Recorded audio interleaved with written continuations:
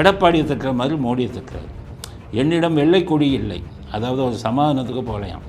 சமாதானம்னா வெள்ளைக்கொடி காட்டுவாங்க, அதுதான் சொல்லி. என்னிடம் வெள்ளைக்கொடி இல்லை, என்னிடம் காவிக்கொடியும் இல்லை. அவர் அப்பாயின்மெண்ட்டு கொடுக்கலன்னு ஒன்று திட்டார். அதனால் வெறும் இவங்ககிட்ட வந்து இதுவரை அவர் மோடியை சந்தித்ததா செய்தி வரல. இப்போ திமுகவை ஒழிக்கணும், அதுக்கு முடிஞ்சால் 2 பேரும் ஒன்று சேருங்க. முடியலையா வாயை மூடிட்டு பேசாமல் வேலையை பாருங்கள். திமுக திரும்பி வருவதற்கான அத்தனை வேலையும் இந்த வார் ரூமை வச்சுட்டு செய்யாது. நீங்கள் ஒரு வார் ரூம், நீங்கள் இப்போ உங்கள் கட்சிக்காரனே ஒரு வார் ரூமுங்கிறான், அடிச்சுக்கிட்டு சாக போகிறீங்களா? எது புத்தியே வராதா அவங்களுக்கெல்லாம்? உங்களுக்கு எப்படி அறிவுரை சொல்கிறது? அரசியல்னால் அடிப்படை விஷயமே தெரியாது.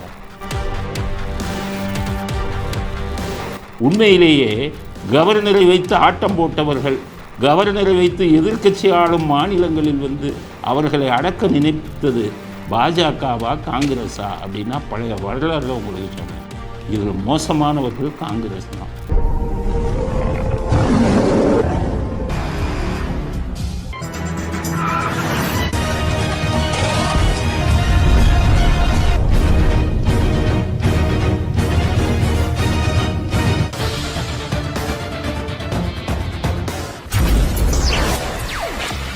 வணக்கம். இன்றைய அரசியல் ஆடுகளம் சொல்லும் செய்திகள் என்ன அப்படிங்கிறத பற்றிய அரசியல் அலசல் இன்றைக்கி பார்க்கலாம். முதல் செய்தி ஸ்டாலின் சம்பந்தப்பட்ட செய்தி. நிதி ஆயோக் கூட்டத்தில் கலந்து கொள்வதற்காக ஸ்டாலின் டெல்லி சென்றிருந்தார். ஏற்கனவே சொன்னோம். ஆளுங்களெல்லாம் கூட்டிகிட்டு போனார், அவங்க அப்பா மாதிரி காசை கொடுத்து, அதையும் சொன்னோம். ஆனால் திராவிட மாடல் எப்படின்னா, அவங்க அப்பா இருக்கும்போது சென்னையில் தான் ஆள் கூட்டுவாங்க ரூபா கொடுத்து. இவர் ஸ்டாலின் படுக்கில்லாடி டெல்லியிலேயே 1000 ரூபா கொடுத்து ஆளை கூட்டியிருக்காரு. இங்கே நம்ம தமிழர்களே எப்படி பிடிச்சாங்கன்னு தெரியல. வந்தவங்கெல்லாம் வயசான பெண்கள், குழந்தைகளை தூக்கிட்டு வந்திருக்காங்க. இங்கே விட இங்கே வெயில் அதிகம். ஐயோ வெயிலில் நிற்பாங்களேன்னு அவருக்கு கவலை இல்லை. அந்த கூட்டத்தை கூட்டிகிட்டு வந்த கான்ட்ராக்டர் என்ன பண்ணிட்டான், விமானம் வர்றதுக்கு 2 மணி நேரத்துக்கு முன்னாடியே எல்லாரையும் கூட்டிட்டான். எல்லாம் வெயிலில் காஞ்சி அவ்வளோ பேரும் ஸ்டாலினை திட்டுறாங்க. சீக்கிரம் வந்து தொலைய மாட்டேங்கிறாங்க, இந்த வெயிலில் காக்க வைக்கிறாங்க அப்படின்னு ஒரே திட்டு. எவ்வளோ கொடுத்தாங்க? 1000 ரூபா பண்ணி கூப்பிட்டு வந்துருக்குறாங்க. நம்ம எவ்வளோ பைசா கொடுத்து போனாலும் இவங்களை பார்க்க முடியாது. கை கொடுப்பாரா உங்களுக்கு? கையெல்லாம் கொடுக்க மாட்டாரு, ஒன்றும் இல்லை, வண்டியில் போய் உட்காந்துக்குவாரு. இருந்தாலும் வந்த உடனே டிவி வீடியோவுக்கெல்லாம் அப்படி கூட்டம் இருக்கிற மாதிரி காட்டுற மாதிரி காட்டி அப்படியே அவர் வந்துட்டார். என்றைக்கு தான் சொந்த இதில் இவங்க வரப்போகிறாங்கன்னு தெரியல. அதாவது சுயமாக உண்மையான ஒரு விதம் வந்து என்றைக்கு வாழப்போகிறாங்கன்னு தெரியல. கருணாநிதி காலத்தில் இருந்து தில்லுமுள்ளு அரசியலில் இன்றைக்கி ஸ்டாலின் காலம் வரை அதே தில்லுமுள்ளு போயிட்டு இருக்கு. வருத்தமான செய்தி. பாவம், 1000 ரூபாய் வாங்கினவங்க வெயிலில் காஞ்சாங்க. அதற்கப்புறம் வந்தார், வந்து எல்லாத்தையும் கொடுமைப்படுத்திட்டு 1000 ரூபாயை கொடுத்துட்டு வந்துட்டு அவர் பிரதமர்கிட்ட அப்பாயின்மெண்ட் தனியாக வேணும்னு கேட்டார். நேற்றே பேசணும், இது வந்து நடக்கக்கூடாது, இது தோல்வி அடையணும் அப்படின்னு பேசணும். இன்றைக்கி நிதி ஆயோக் மீட்டிங் நடந்துருச்சு. நடந்தால் என்ன பண்ணிட்டாருன்னு கேட்டிங்கன்னா, மோடி அவர் பாகிஸ்தானுக்கு அல்வா கொடுத்தாலாச்சு, ஸ்டாலினுக்கு அல்வா கொடுக்க முடியாது அவரால். ஒரு பெரிய நாட்டுக்கே, எதிரி நாட்டுக்கே ஒரே வாரத்தில் போட்டு நாசம் பண்ணி விட்டார். அதனால் மோடி வந்து சைலண்ட் ரவுடின்னு சொல்லுவாங்க. அதாவது அஹிம்சா ரவுடி மோடி. ரவுடின்னு தப்பாக சொல்கிறேன்னு நினைக்காதீங்க, அவர் நல்ல விஷயம். ரவுடித்தனம்னா வேகத்தை காட்டுறது எப்படின்னா, அமைதியை சிரிச்சுக்கிட்டே காட்டுவார். அதுதான் பாகிஸ்தானை சிரிச்சுக்கிட்டே காட்டிட்டார். இப்போ தான் ஸ்டாலின்ட்ட ஆரம்பிச்சிருக்காருன்னு நினைக்கிறேன். ஒரு நிதி ஆயோக் கூட்டத்துக்கு வந்த ஸ்டாலினை தனியார் அந்த சந்திக்கணுன்னார். அப்படியே சந்திரபாபு நாயுடும் ஸ்டாலினும் டீ குடிக்கிறாங்க, அங்கேயே வந்துட்டார். வந்து டீ குடிச்சிக்கிட்டே ஸ்டாலின் எப்படி இருக்கீங்க அப்படி அப்போவே நினச்சேன், நேராக பார்க்குறதுக்கு ஆப்பரிச்சிட்டாரு அப்படின்ட்டு அமைதியை சிரிச்சுட்டே ஸ்டாலின்கிட்ட போயிட்டேன். ஸ்டாலின் எதாவது அதை பேசலான்னு பார்க்குறாரு. ஈடியை பற்றி ஏதாச்சும் சந்திரபாபு நாயுடு பக்கத்தில் நிற்கிறார். இந்த ஃபோட்டோவை பாருங்கள், சந்திரபாபு நாயுடு பக்கத்தில் நிற்கிறார். சந்திரபாபு நாயுடு போக சொல்லியிருந்தால் அப்படி அதுலேயாச்சும் பேசலாம். பேசவும் இல்லை, ஒன்றும் இல்லை. அப்புறம் பார்த்தாரு, பார்க்குறதுக்கு எதுவும் சூழ்நிலை ஒத்து வரலன்னு ஒன்று என்ன சொல்லிட்டார் தெரியுமா, திட்ட ஆரம்பிச்சிட்டார். என்னென்னா காவி கொடி அப்படின்ட்டார். எடப்பாடியை தட்டுற மாதிரி மோடியை தட்டுறாரு. என்னிடம் வெள்ளை கொடி இல்லை, அதாவது ஒரு சமாதானத்துக்கு போகலையாம். சமாதானம்னா வெள்ளை கொடி காட்டுவாங்க, அதுதான் சொல்லி. என்னிடம் வெள்ளை கொடி இல்லை, என்னிடம் காவி கொடியும் இல்லை. அவர் அப்பாயின்மெண்ட் கொடுக்கலன்னு ஒன்று திட்டார். எடப்பாடி பழனிசாமி சொன்ன வெள்ளை கொடியை காட்ட போகிறேன் சொன்னார். என்கிட்ட வெள்ளை கொடி இல்லை, அவர்கிட்ட இருக்கிற மாதிரி காவி கொடி என்கிட்ட இல்லை. அதனால் வெறும் இவங்ககிட்ட வந்து இதுவரை அவர் மோடியை சந்தித்ததா செய்தி வரல. ஆனால் அந்த சன் டிவிக்காரன் இருக்கான் பாருங்க, இதுக்கு தானே அவங்க டிவியை நடத்துகிறான். அவன் என்ன பண்ணுறான், நியூஸ் ஒன்று போடுறான். முன்னாடி அவர் 2 பேரும் சந்தித்து பேசின இதை ஃபோட்டோ எடுத்து மோடி சந்திப்பு ஸ்டாலினுடன் அப்படின்னு போட்டிருக்கான். இதுவரை செய்தி வரல அவர் சந்தித்ததா. இனிமேல் வருதா என்னன்னு தெரியல. இருந்தாலும் ரொம்ப லேட் ஆயிடுச்சு, கிளம்பணும், கோமாயிடுச்சு. சரி, இது நிதி ஆய்வு கூட்டத்துக்கு போகிறார். நிதி ஆய்வு கூட்டத்துக்கு போனால் ஏதாச்சும் பேசணும்ல. அங்கே எல்லோரும் ஒவ்வொரு முதலமைச்சரும் பேசுகிறாங்க. இங்கேருந்தே எழுதி கொடுத்து விட்டாங்க தமிழில் அவருக்கு. அதை கொண்டு போய் இங்கே படிக்கிறார், பார்த்து படிக்கிறார். என்னென்ன பார்த்து படித்தார், நம்ம தமிழ்நாட்டுக்காக என்ன கேட்டார். தமிழ்நாட்டுக்கு என்றைக்கு கேட்டிருக்காங்க, தமிழ்நாட்டுக்கும் அங்கே கேட்டதாக வரலாறே கிடையாது. அங்கே போய் என்ன பேசுகிறாரு, அந்த 2500 கோடி அந்த கல்வி நிதி. இப்போ சுப்ரீம் கோர்ட்டில் கேஸ் போட்டிருக்காங்கல்ல, ஹைகோர்ட்டில் கேஸ் போட்டிருக்காங்க. அதை போய் அங்கே கேட்குறாரு. என்னென்னா, நாங்கள் பிஎம் ஸ்ரீ என்ற புதிய கல்வி திட்டத்தில் சேர்வதற்கு கையெழுத்து போடவில்லை, இருந்தாலும் எங்களுக்கு அந்த 2500 கோடியும் இப்போ கொடுக்கும். ஏன் அந்த 2500 கோடியிலேயே நிற்கிறாங்கன்னு நமக்கு புரியல. ஏன்னா மகனும் மருமகனும் 2 வருஷத்தில் 30,000 கோடி சம்பாதிச்சிட்டாங்கங்கிறாங்க. 2500 கோடி பிச்சை காசு, அதுக்கு ஏன் போய் தொங்குறாங்க? அந்த கையை அரிக்குது. அந்த 2500 கோடியில் சம்பாதிக்கலாமே, அது நமக்கு போயிடுது. டாஸ்மாக தான் 49,500 கோடி வருஷத்துக்கு நீங்கள் சம்பாதிக்கிறீங்கன்னு அமித்ஷா சொல்கிறாரு. அது வந்து இடி சொல்கிற விஷயம், இடி சொல்கிற கணக்கு, அது உண்மையாக தானே இருக்கணும். அவ்வளவு 49,500 கோடியை கொள்ளையடிக்கிறாளுங்க. ஏன் இந்த 2500 கோடியிலே நிற்கிறாங்க, வழக்கு போடுறாங்க. நிதி ஆய்வில் போய் அதை பேசுகிறாரு. அந்த 2500 கொடுத்துருங்க, எங்களால் தூங்க முடியலை, அந்த பணம் வந்து அப்படியே கொள்ளையடிக்காமல் அப்படியே போகுது அப்படின்னு அவங்களால தாங்க முடியலை. அதை பேசுகிறார். 2500 கோடி.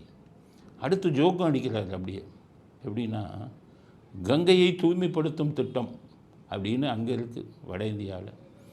ஏன் இருக்குன்னா, கங்கையில் அவ்வளோ வெள்ளம் இருக்கும், எல்லோரும் போய் குளிப்பாங்கன்னு வருஷம் பூரா தண்ணி இதாகும்.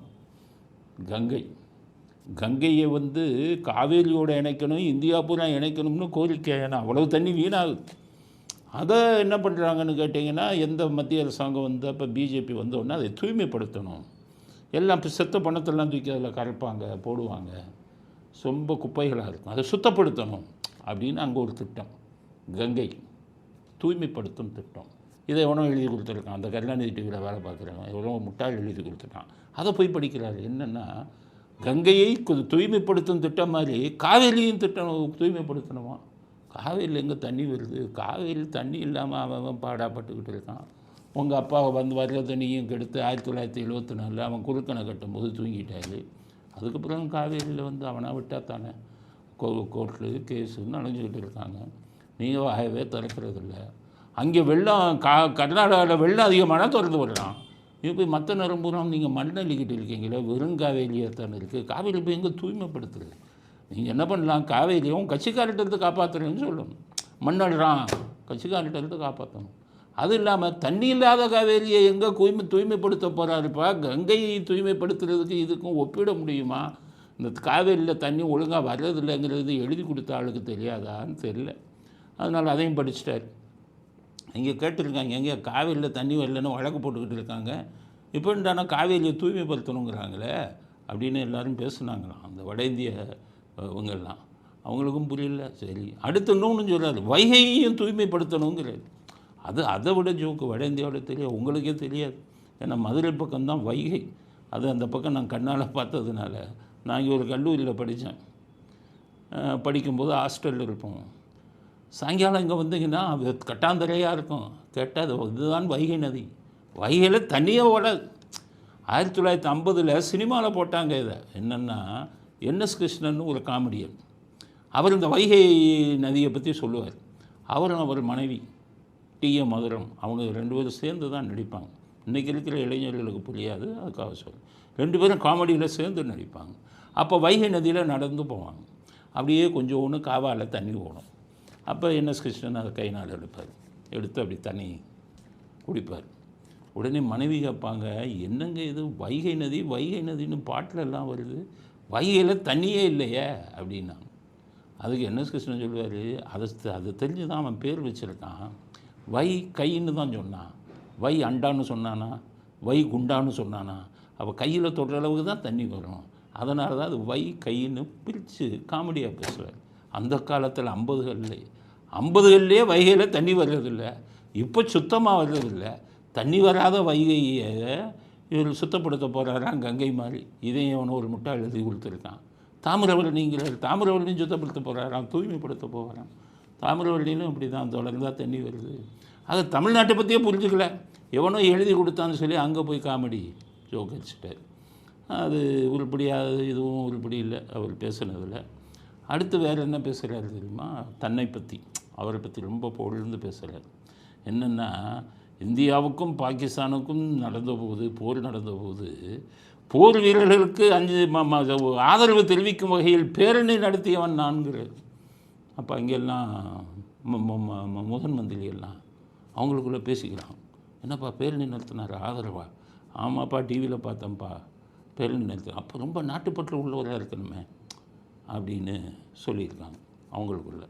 அப்போ இன்னொருத்தர் சொல்லியிருக்கார், வயசான ஒரு முதலமைச்சர், எப்பா நாட்டுப்பற்றுக்கு உங்களுக்கு சம்மந்தமே இல்லைப்பா, சும்மா டூப்பு விடுறாரு.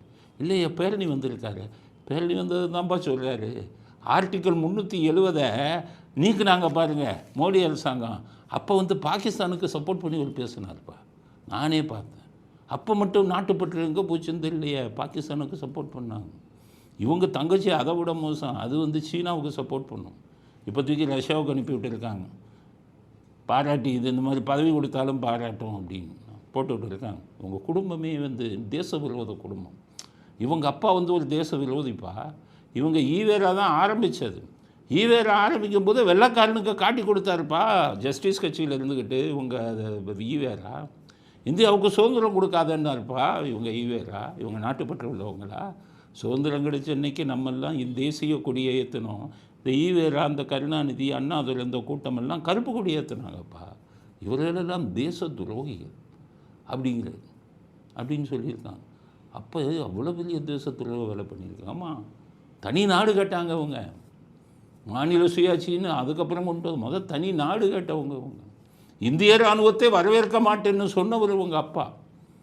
அதாவது இலங்கை தமிழர்களை அவரே கொண்டுட்டு அந்த இந்திய இராணுவம் வந்தவுடனே இவர்களை வரவேற்க இரட்டை வேஷம் போட்டார் அப்படின்னு அந்த இன்னொரு முதலமைச்சர் சொல்கிறார்.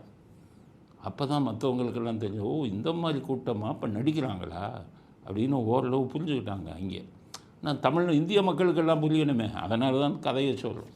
இவர்கள் தேசபக்தி விரோதிகள், தேசபக்தர்கள் இல்லை. கொடியை தூக்கி பிடிச்சது எதுனா இந்தியா ஜெயிச்சிருன்னு தெரியும், மோடி போட்டுருவாருன்னு தெரியும். அதனால் நம்மளே முந்தி சப்போர்ட் பண்ணிடலாம். ஆர்டிக்கல் 370 நம்ம பாகிஸ்தானுக்கு சப்போர்ட் பண்ணிட்டோம், அதனால் இதுக்காச்சும் சப்போர்ட் பண்ணிடலாம் அப்படின்ட்டு பெருமையாக பேசியிருக்காரு. அடுத்தது என்ன கேட்குறாரு? மாநிலங்களுக்கு கொடுக்கும் நிதியை அதிகமாக கொடுக்கணுங்கிறார். இப்போ வரி எப்படி பிரிச்சுக்கிறாங்கன்னா, மத்திய அரசாங்கம் மொத்த வரி இப்போ ஜிஎஸ்டி பிரிக்கிறதுல 41% மாநிலங்களுக்கு, 50% மத்திய அரசாங்கம். அப்படி இது எதை வச்சு பிரிச்சுக்கிறாங்கன்னா, இப்படி நிதி கமிஷன்னு ஒன்று இருக்குது, ஃபினான்ஸ் கமிஷன். அந்த ஃபினான்ஸ் கமிஷன் பரிந்துரை பண்ணுறாங்க. நல்ல வசதியாக இருக்கிறவங்களுக்கு கொஞ்சம் கம்மியாக கொடுப்பாங்க, நல்லா முன்னேறாத மாநிலங்களுக்கு கொஞ்சம் அதிகம் கொடுப்பாங்க. இப்படி தான் நிதியை பிரிப்பாங்க. அது ஃபைனான்ஸ் கமிஷன் ரெக்கமெண்டேஷன், நிதி கமிஷனுடைய பரிந்துரையின்படி தான் கொடுக்குறாங்க. அது அந்த கருணாநிதி டிவியில் இருக்கிற எழுதி கொடுத்துட்டான், எனக்கு 50க்கு 50 கொடுன்னு. அதையும் போய் படிக்கிறார். அவர் நிதி கமிஷன்னா என்னன்னு தெரியாது, 41%, 50%னா என்னன்னு தெரியாது. ஏதோ எழுதி கொடுத்தானு அதையும் படிச்சுட்டார். அதையும் அங்கே இருக்கிற முதலமைச்சர்கள்லாம் சிரிச்சிருக்காங்க. என்னையா நிதி கமிஷன் தான் சொல்லியிருக்கு, இவர் பாட்டுக்கு அதை கூட கொடுக்கணுன்னு இங்கே பேசுகிறாரு அப்படின்னு சொல்லி அதையும் பற்றி ஏதோ நிதி ஆயுக்துன்னு கூட்டம் வச்சுட்டாங்க. அதனால் நிதி சம்மந்தமாகவும் பேசிடுவோமே, 2500 கோடி நிதி சம்மந்தமாக பேசிட்டோம், இதையும் பேசிடலாமன்னு பேசுகிறாருப்பா, அவருக்கு என்ன தெரியும் அப்படின்னு சொல்லியிருக்காங்க இங்கே. அதுக்கடுத்தது காமெடி. மாநிலம் செழித்தால்தான் இது செழிக்குமா? மத்திய அரசாங்கம். நாடு செழிக்கும். மாநிலம் செழித்தால்தான் நாடு செழிக்கும். எங்கள் மாநிலம் ட்ரில்லியன் கோடி, அதாவது லட்சக்கணக்கான கோடி பொருளாதாரத்தில் உயரப்போகிறது அப்படின்றது. அப்போ தான் இங்கே முதலமைச்சர் ஒருத்தர் சொன்னார், அப்போ 10 லட்சம் கோடி வச்சுட்டு இந்தியாவிலே முதல்ல கடன் வாங்கின மாநிலம்னு வரைய பிரிக்கிறாங்க, இவர் 1 லட்சம் கோடி ட்ரில்லியன் மாநிலம் ஆகும்னு சொல்கிறாரு அப்படின்னு கேட்டிருக்காங்க. ஏன்னா இவங்க எழுதி கொடுத்ததெல்லாம் தெரியாதுல்ல, ஏதோ அவர் எழுதி கொடுத்ததை படிக்கிறாருப்பான்ட்டாங்க. கருணாநிதி டிவியில் பொறுத்த எழுதி கொடுத்தது அவங்களுக்கு தெரியாதுல்ல. 10 லட்சம் கோடியை கடனை வச்சுக்கிட்டு ட்ரில்லியன் கோடி மாநிலங்கிறாரு அப்படின்னு அந்த ஜோக்கும் அடிச்சு விட்டார். இவ்வளவு ஜோக்கும் அடிச்சுட்டு ரொம்ப கோபமாக, மோடியை பார்க்க முடியலையே, என்னாச்சு உங்களுக்கு, இதுதான் நம்ம கதை இதாகிடுச்சு, அமலாக்கத்துறை என்ன பண்ண போகிறான்னு தெரியல, அதனால் அமலாக்கத்துறை கவலை வேறு. சரி, சுப்ரீம் கோர்ட் இருக்காங்கல்ல, நமக்கு எது கொடுத்தாலும் போட்டுருவோம், அதனால் வந்துடுவோன்ட்டு வந்துட்டார். இதுதான் டெல்லிக்கு சென்ற கதை. நாம் நினைத்தது போல தோல்வி முகத்துடன் ஸ்டாலின் திரும்பி வந்து கொண்டிருக்கிறார். அந்த விரக்தியில் பேசியது தான் காவி கொடியை, எடப்பாடி மாதிரி காவி கொடியையும் நான் வைக்கவில்லை, வெள்ளை கொடியும் காட்டவில்லைன்ட்டு வந்துட்டார். வெள்ளை கொடி காட்டுறதுக்கு இடம் கொடுக்கல. இதுதான் முதல் கட்ட செய்தி. அடுத்த செய்தி அவர் பையன் செய்தி. இவங்க நியூஸ் வந்தது பையனுக்கு எப்படின்னா, அப்பா போனது வேலை நடக்கலை, டேடி போன வேலை நடக்கலை அப்படின்ட்டு. அவங்க ஒன்றும் அமலாக்கத்துறையை வச்சு பண்ணலான்னு பார்த்தோம், ஒன்றும் நடக்கலை. சரி, அப்போ அமித்ஷாவுக்கு கனிமொழியை பிடிச்சிட வேண்டியதானே அப்படின்னு யோசிக்கிறார் உதயநிதி.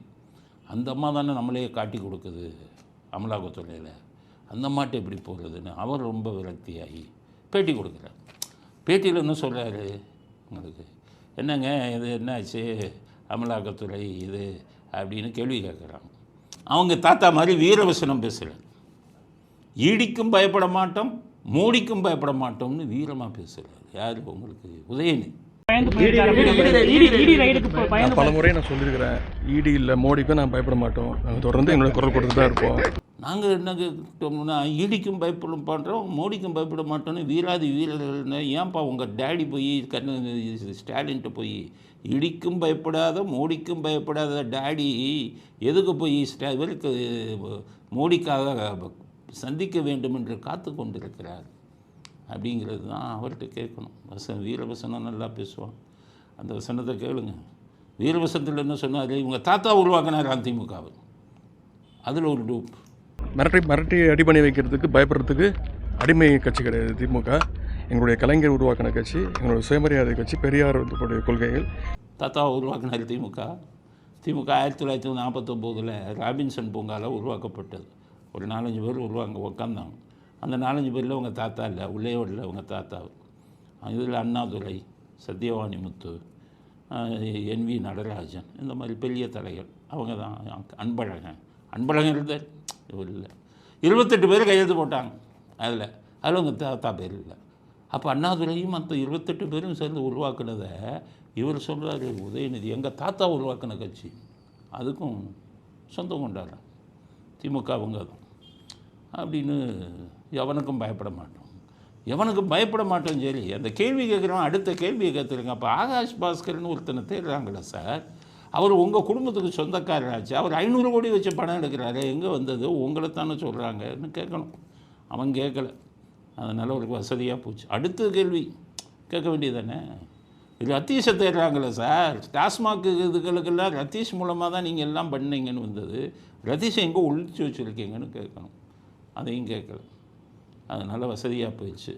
வீரவசனம் டேடி மோடி அப்படின்னு பேசிட்டு, ஈடி மோடின்னு பேசிட்டு அங்கேருந்து இது பண்ணிட்டாரு. அதனால் இப்போ முழுசாக முடிவு பண்ணிட்டாங்க. இனி நமக்கு சுப்ரீம் கோர்ட்டை விட்டால் வழி இல்லை, அங்கே சரியான ஆள் இருக்கான்ப்பா, நமக்கு கேட்டதை விட அதிகம் ஆர்டர் கொடுப்பான். ஆனால் ஒரு இதில் சுப்ரீம் கோர்ட்டு சுதாரிச்சிட்டான். இவங்க என்ன கேட்டாங்க சுப்ரீம் கோர்ட்டில், எனக்கு இது கொடுங்க, ஸ்டே கொடுங்க, உடனே கொடுத்தான் ஸ்டே கேஸன்னு.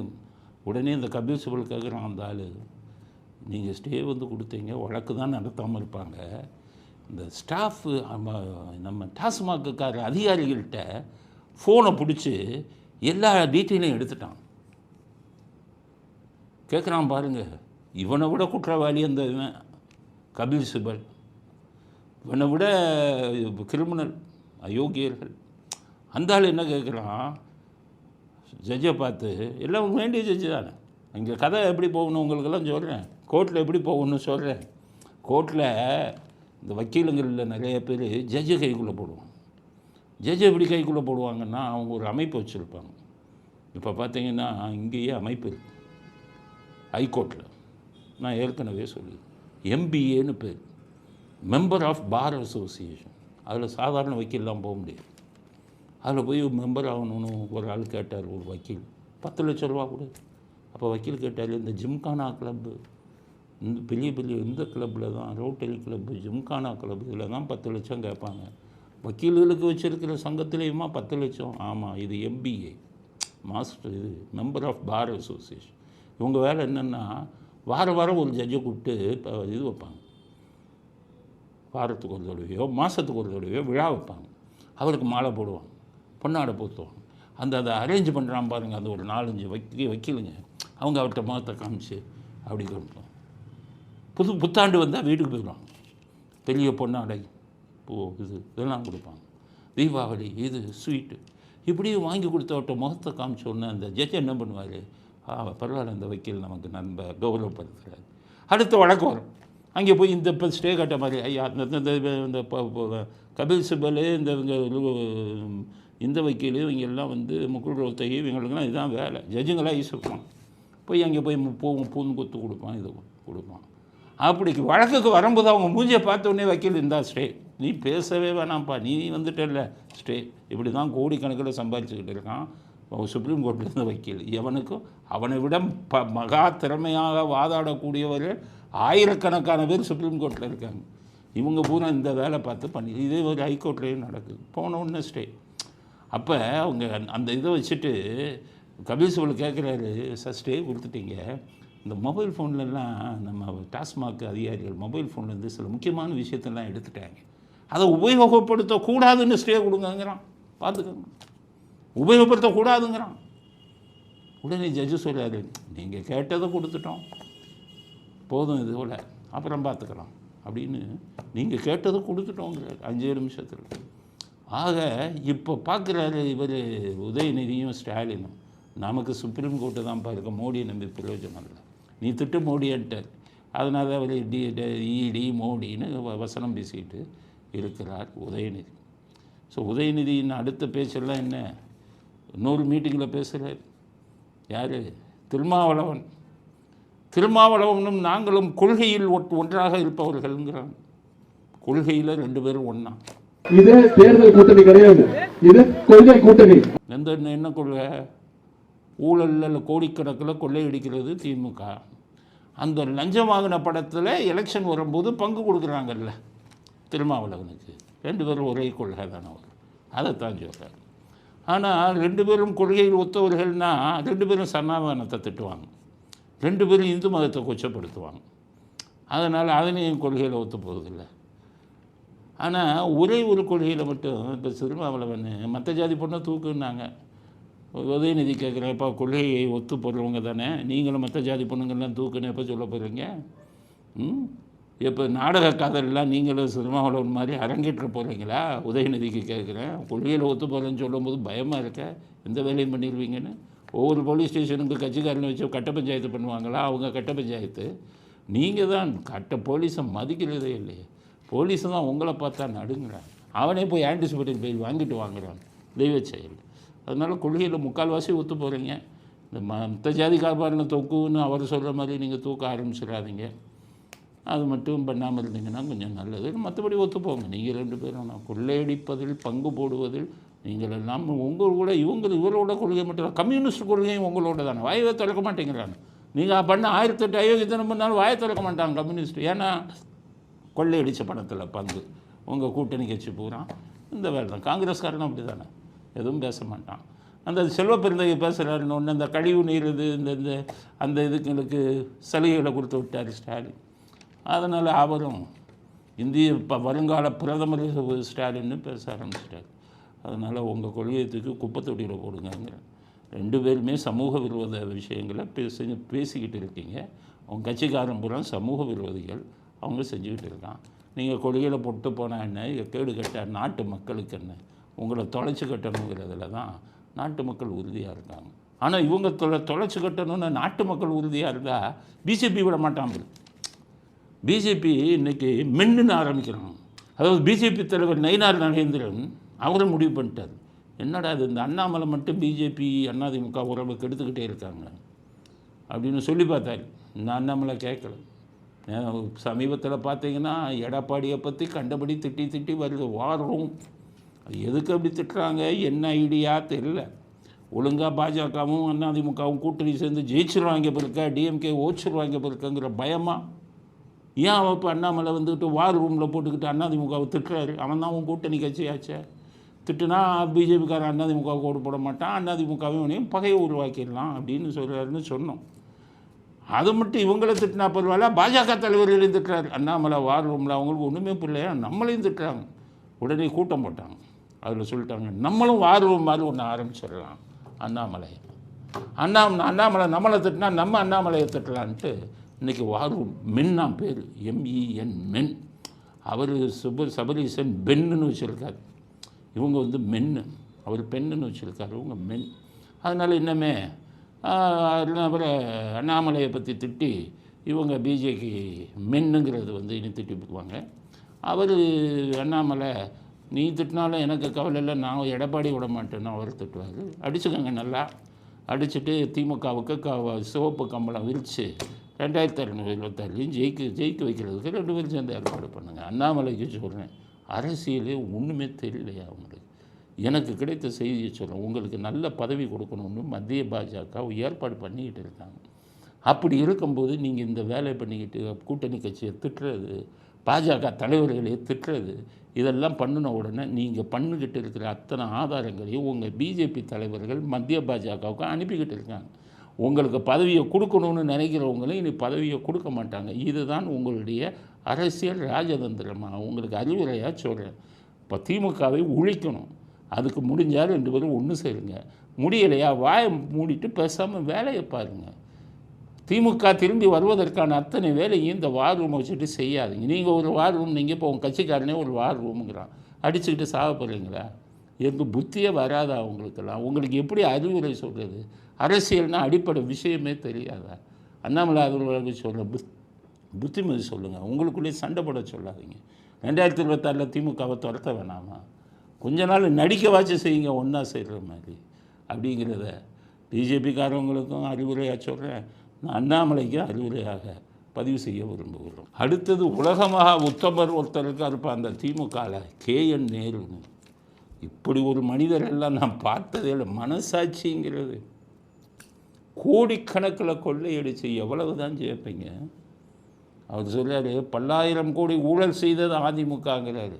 நான் இப்போ ஒன்றும் இப்போ இருக்கிற அதிமுக தலைவர்கள் யோகியர்கள்னு சொல்ல வரல, அவங்களும் ஊழல் பண்ணுவாங்க. ஆனால் நீங்கள்லாம் அவங்கெல்லாம் உங்கள் கிட்டக்க நிற்க முடியுமா? இமாலய ஊழல் பண்ண ஆளாச்சா நீங்கள்?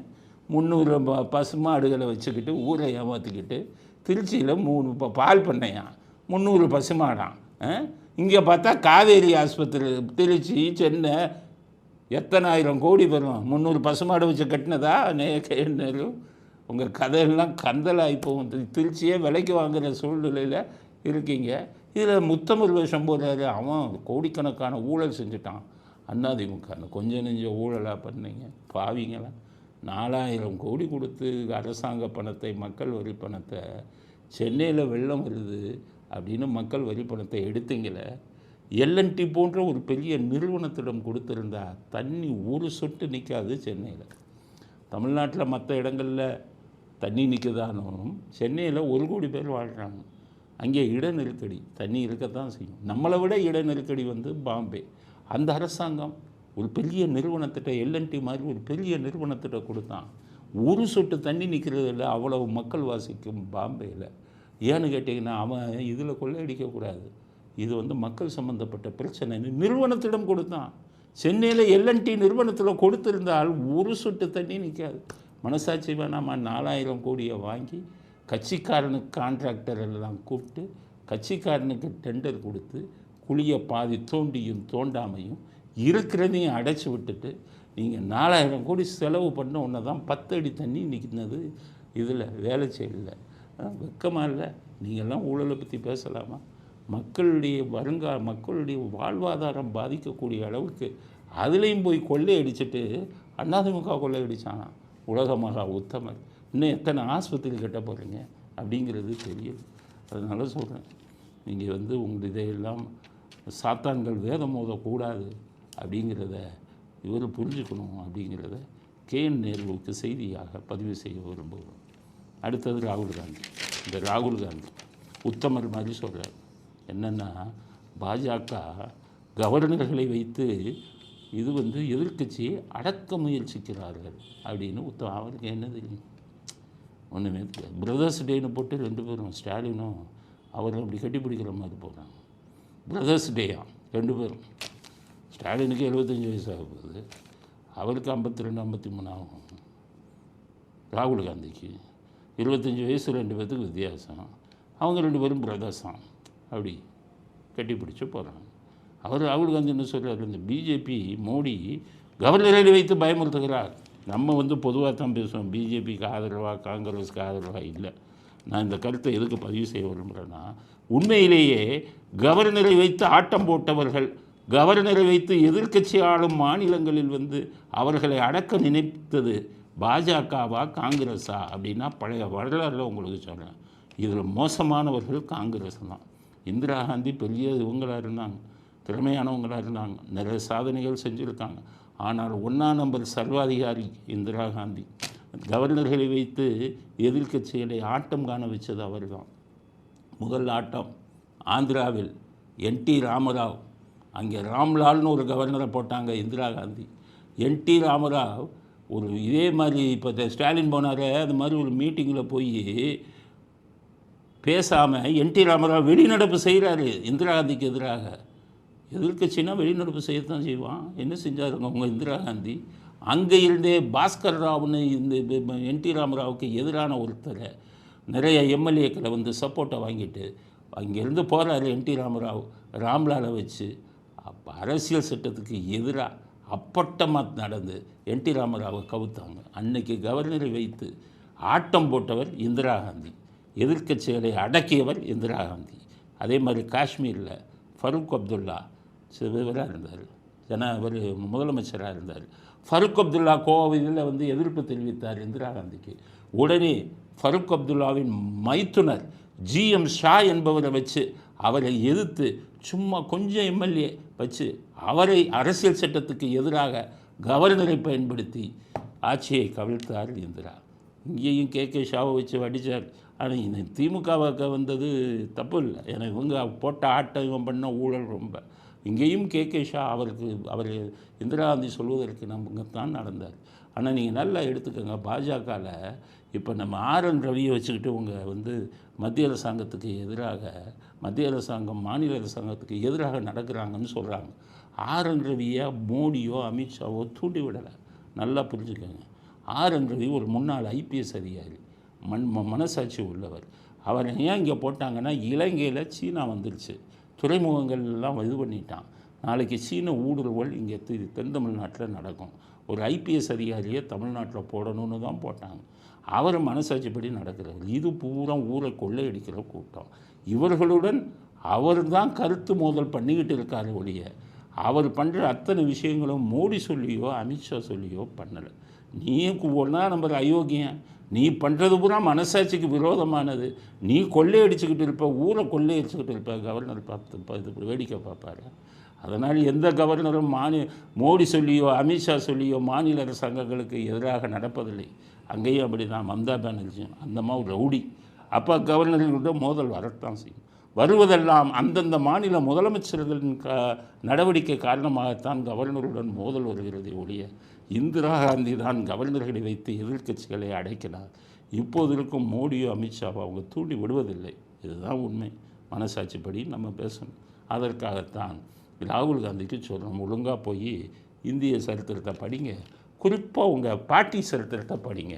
உங்கள் பாட்டி என்னென்ன கூத்தடித்தாங்க, உங்களுக்கு சித்தப்பா ஒருத்தர் இருந்தார் சஞ்சய் காந்தின்னு, உங்கள் ராஜீவ் காந்தியோட தம்பி, அவர் என்ன கூத்தடிச்சார், நெருக்கடி நிலைமை எப்படி கொண்டு வரப்பட்டது, பாம்பேலெல்லாம் ஆட்களை தூக்கிட்டு போய் கட்டாய கருத்தடை பண்ணார் இந்த சஞ்சய் காந்தி.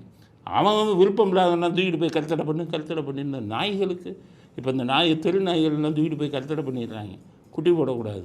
அதே மாதிரி இந்த சஞ்சய் காந்தி இந்திரா காந்தி பிரதமராக இருக்கும்போது பாம்பேயில் எல்லாத்தையும் தூக்கிட்டு போய் கருத்தடை பண்ணிவிட்டாங்க. இன்றைக்கி எல்லாம் திருப்பி 3 பத்துக்க 4 பத்துக்கங்கிறான் நாடு. அப்படிப்பட்ட அக்கிரமங்கள் எல்லாம் நடந்தது இந்திரா காந்தி ஆட்சியில். எதிர்க்கட்சிகளை பந்தாடினார் இந்திரா காந்தி. இவங்க பிஜேபி அதை செய்யலை அப்படிங்கிறத ராகுல் காந்திக்கு நாம் பதிலாக சொல்ல விரும்புகிறோம். இத்துடன் இன்றைய அரசியல் ஆடுகளம் நிறைவு பெறுகிறது. மீண்டும் நாளை புதிய செய்திகளுடன் உங்களை சந்திக்கிறோம். நன்றி, வணக்கம், ஜெய் ஹிந்த்.